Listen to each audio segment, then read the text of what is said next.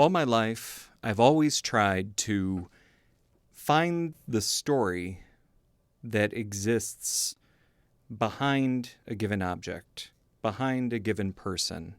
I've always been fascinated with what makes an object work, what makes a person work. And I've always sought to explore that with as much depth as possible. You have a passion about music. Is it a passion about sounds too? I like to think that all sound is music, whether it's the rhythm of the human voice or whether it's the percussion of urban noise, whether it's traffic noise and cars honking. I really think that all of it is musical in a way. When I listen to music, I naturally hear the other possibilities for this music, and that extends to the human voice as well. How would you define what listening is for you? Boy, that's a really interesting question. I mean, listening can certainly take two forms, I suppose. I am not immune to passive listening. I've worked in a lot of very noisy environments. But sometimes I wonder if it isn't because of that when I zero in on something, I zero in on it in a very complete and total way. Even back in music school, it was revealed that I had a pretty good music memory. I could remember dictation exercises of 80 measures or more and take them with me and play them in a practice room an hour or two later. This became something of a game with some of my friends and I, because once I process that sound, then it does stick with me. I guess that's how I hear the world around me, and when a sound is interesting enough for me to pay attention to it, I suppose it says a lot for that sound, I guess. It's meaningful when something can penetrate the noise of my life. As we're sitting here in my studio, it's a very noisy environment. I'm always have, the sounds of musicians in practice rooms, combined with conversations going on, combined with sometimes bleed through from the rehearsal of the orchestra. And yet I still have to complete a certain amount of work each and every day, and each and every week I have deadlines just like anybody else. Sometimes I can't explain why it strikes me the way it does, but I just know that, okay, I need to spend some time on this. If I understand you well, listening is memory for you. What kind of effort is it for you? I think if the sound is interesting enough, I think whether it's a performance that catches my ear, or someone in a practice room that catches my ear, or just a conversation that catches my ear, then I think it's no effort at all. I would say it's almost like a switch that I can kind of turn on, in a sense that, if I engage that, then all the background noise is all of a sudden tuned out, and I'm only focused on whatever it is that caught my ear. How did you discover your talent to record music? Quite by accident. I look back on it now and sort of wonder, would I have hired myself? I don't know. If the 25-year-old Mark Travis came and applied for a job at the Philharmonic, I don't know if I would have hired him. I think I would have thought he had a lot of potential and good music instincts, but I don't know that I would bring him into the recording process. I think I would have thought he was a little green. I was a lot green, but I was lucky to have enough people that I guess believed in me and saw a project in me where I got a lot of incredible opportunities. And not only that I got a lot of incredible opportunities once in a while, but I got a lot of incredible opportunities on a near daily basis. And so after really a couple of years, I felt very confident to take on, some of the projects that I would later take on. About your recording process, what are the main challenges you have to deal with when you are recording a musician? It's not necessarily the technical aspects that are always the most challenging. Very often, it's the people themselves. It's not, let me rephrase that a little bit. Sometimes the most challenging part of recording is gaining the trust of the people that you are recording. Because, of course, when we're talking about musicians at the level who want to set down a recording, there are a lot of conceptions. A recording is forever. It's not a live performance where maybe somebody forgets that you slipped on that B flat during, a Mozart sonata. It's, or the overall energy of the hall is going to carry through, where even a somewhat sloppy performance, so long as it's exciting, is still going to be a happy memory for everyone that's in the audience. Musicians that come into the studio, they are going in with an expectation of perfection. And this expectation that if they fall short of perfect, that you, as the producer or engineer, will be able to fix those imperfections. Now, this is something that has become an even greater challenge in the late 20th and early 21st century, in part because of the technology that's now available to us. Of course, when Rubinstein was recording and it was analog tape, there was no way that somebody was going to take time and shape each phrase. That just simply wasn't going to happen. He would have released one recording in his life as opposed to the dozens, if not hundreds, that he left behind. And so now I think everybody knows that it's digital. There's this expectation. Nobody tries to hide the fact that we're editing. Of course, they want the edits to be seamless, but the fact of it is no longer a source of shame. Instead, it's an expectation. What do you think about this perfection? So this is where I suppose my biggest challenge comes in as a producer, because I think that studio perfection is false.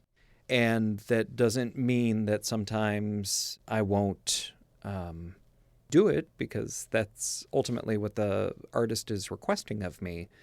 But when we have preliminary discussions about a project, that's one of the first questions I ask is, what is your expectation? Do you want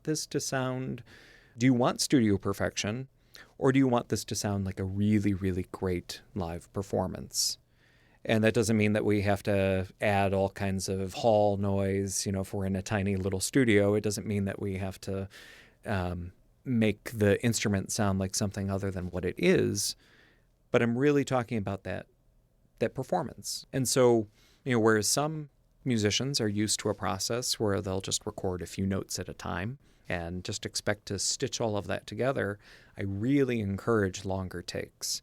I will generally ask for complete takes, even if it's just one, even if it's a 20 or 30-minute piece. I think it's really important to sort of set that as a guide, as a standard, so that the overall arch of that performance is preserved. Because if we're just stitching together a few notes at a time, it really becomes something else. Artificial. Yeah, I think that it's artificial. I don't think it's the music that was written. I mean, I've told this anecdote. Some years ago, I was speaking with Mark Nykrug. Mark Nykrug is a composer and a pianist. Many might know him as Pinchas Zuckerman's accompanist for years and years. And Mark and I were speaking about studio perfection, and he told this wonderful story of an experience he had where he and Mr. Zuckerman had just done a recording, and he was listening to some edited playbacks, and he fell asleep while listening to his own playing. And he said, well, this is a danger signal. And so he called up the engineer and did what he had never done before and asked if he could have the masters. And the engineer said, sure, here you go, knock yourself out. And so Mark listened, and he put together his own EDL, or edit decision list. Maybe a week later, contacts the engineer, says, okay, I have my plan drawn up. And the engineer just seems to be salivating, saying, oh, well, how many edits do you have? Mark asks him, well, how many edits were there and what you presented to me? Oh, around 600. Mark replies, well, I have 6. And I think that says it all, that when a musician of that level knows and can accept that what they put down at that point in time, that was a document of what their music making was in that moment, then that is something beautiful. That is something that's really worth preserving. Not the studio perfection. Anybody can do that. I mean, without naming names, I have put together what I call vanity projects for people, where it's note by note because they decide that either for themselves or maybe for their posterity, they want to commit the Moonlight Sonata to disc. And so I will help them with that. But I cringe a little bit. And I shouldn't say help in the present tense. That's something I would have taken on 10 years ago, 15 years ago. It's not the type of project I would take on now. Now I really try to only work with artists that have that self-confidence. What I will say is that what I think drives it, so in part it is the technology that drives this expectation. The other part is that because recording is now available to just about anybody, I mean, there are still record labels and there are still a handful of artists that have record contracts. I would say the lion's share of the people I work with do not have record contracts. And sometimes the most challenging artists are those sort of what I would describe mid-level, mid-career artists, where they are investing in themselves to make this recording. And so to them, not only does it have to be perfect, it has to shine in a way that is going to suddenly land them the career that has escaped them thus far. And so that doesn't set them up for success in the recording studio because they're very, very tense. They're not going to perform or play especially well with that kind of pressure on them. And then it also sets up unrealistic expectations when it comes to the editing, where they'll dismiss a really beautiful phrase just because maybe they pedaled incorrectly, or maybe they, both notes of a double stop didn't quite sound. Instead, as I say, they're looking for this false studio perfection, and they're extremely worried about what the colleagues are going to think of them. This becomes especially true when you get into some of the instruments that, oddly enough, have been a bigger part of my career. It seems that I have spent a lot of time producing recordings for very idiomatic instruments. This includes the guitar, this includes the piano, this includes the harp. And of course, all of them have a very specific repertoire, and a repertoire where everybody knows every note of that repertoire, and there are certain expectations right on down to whether or not you choose to play a harmonic here or don't, that just steer and inform the recording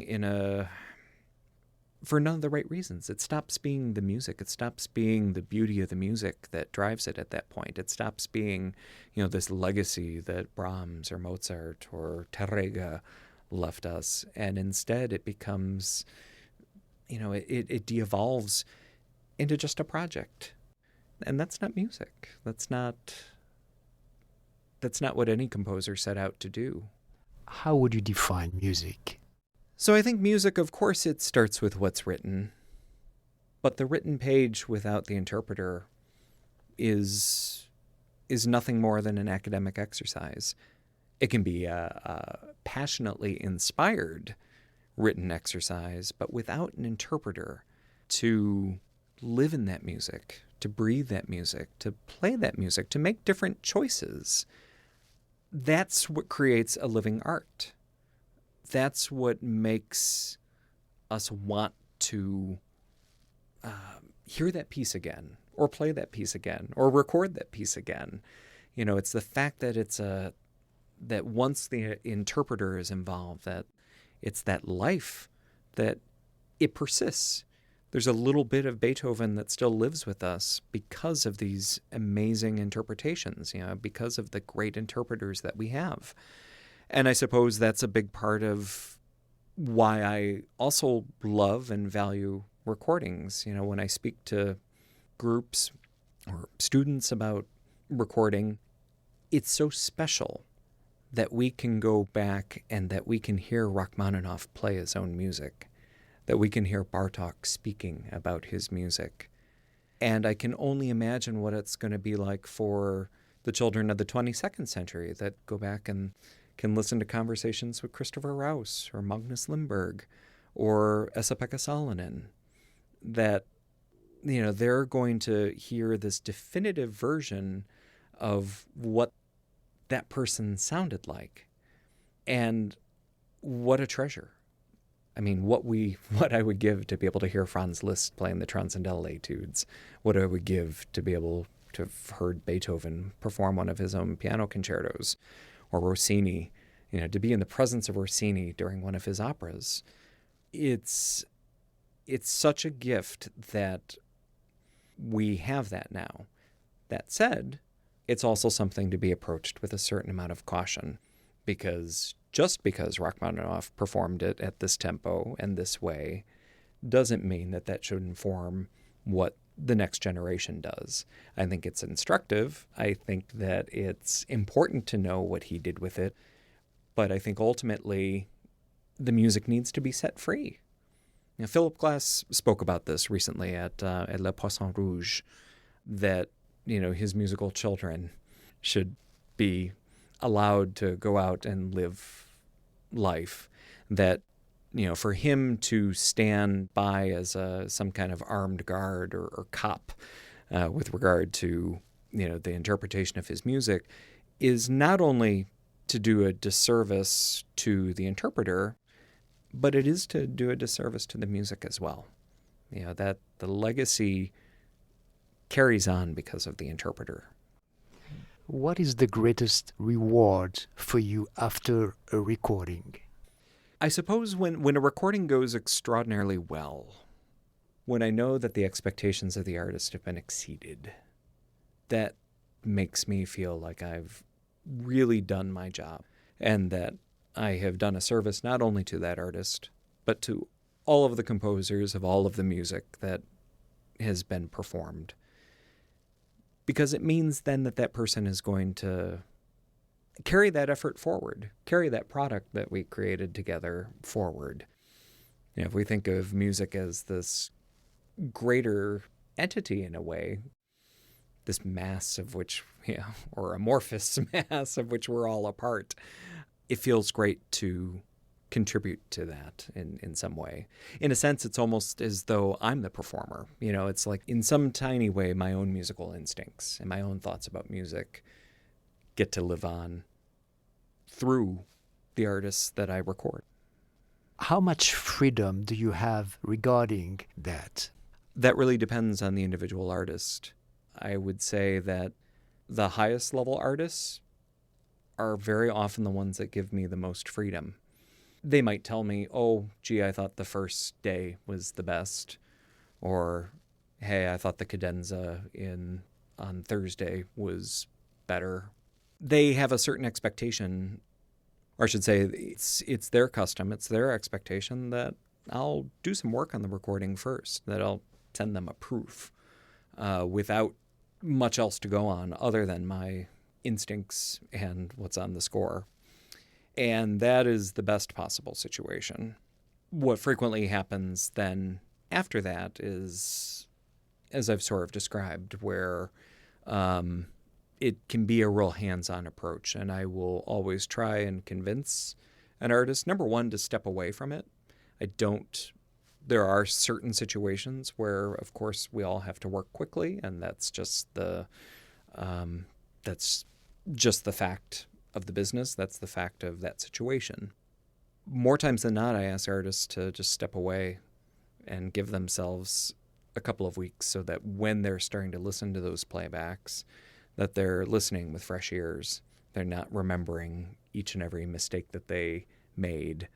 As a result, the evaluation process is more like it would be when listening to a recital, and not as though listening to a recording, all capital letters. So the freedom really depends on the artist. Do you get ear fatigue doing recording all day? Yes, very much so. Some people might be surprised that I'm actually very much a fan of heavy metal. And so I will go to Slayer and Iron Maiden and Queens of the Stone Age concerts. Just recently saw Judas Priest and had a blast. Because ultimately that it resets me in some way. And I can enjoy it because I have no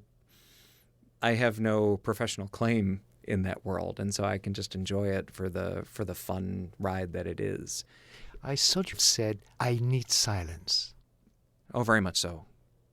I am very content to sit in silence for long periods of time. No television. My other big pastime is fishing, and I think that is a big part of what I enjoy about that, is just sort of being one-on-one with nature. Just the sounds of, maybe some chirping birds, a little lapping of the waves against the boat or the shoreline, and going hours without saying a word. As a New Yorker, is there a specific experience of New York sounds for you? Oh, wow, that's a very interesting question. Yeah. I will say one thing is I'm puzzled and amused, I suppose, when I walk the streets or take the subway in New York and I see people plugging their ears. And I guess I chuckle to myself because this is something I don't do. I just recently had my hearing tested, and I was told I'm 44 years old and I have the ears of a 28-year-old. And I go to rock concerts and I ride the subway most days, but I don't cover up in that way. I want to experience the sounds. I guess, that's part of the package, part of the charm, part of what's living in a city, to be a part of that. It doesn't mean to say that sometimes something can't get irritating. If it goes on and on, a car alarm, I suppose, in the middle of the night might not be what I would choose for myself, but it's not something I seek to get away from. I'm gonna leave the space. Mm-hmm. Please take the microphone and add whatever you want to the interview. Okay. Very good. I still sometimes think of myself as a junkyard producer. And what I mean by that is that many of the works that I've created as a broadcast producer, as a recording engineer, have been the result of using found material. Each and every week when I have a broadcast deadline, there are times that I might have 4 elements. There are times that I might have 400 elements. And I never really know until I start working what the end product is going to be. So, if I think of them, in a sense, they shape who I am. It's the collection of all of these experiences, of all of these sounds, of all of these found treasures, found audio treasures, that represent my body of work. It's difficult to be creative on cue. That's probably the most challenging part of having a 9-to-5, or in my case, a 10-to-6 position. Sometimes it is creativity on demand. And that may actually be one of the more challenging parts of my job. But I'm also very fortunate in that I work with a lot of like-minded people who understand that process, who understand that sometimes when I'm reading a book or playing a video game on my phone for a few minutes or just going for a walk, that in a sense that's working too. Because that's where I'm clearing my head, that's where I'm finding inspiration, it's where I'm putting together the plan for what I'm ultimately going to produce. Thank you.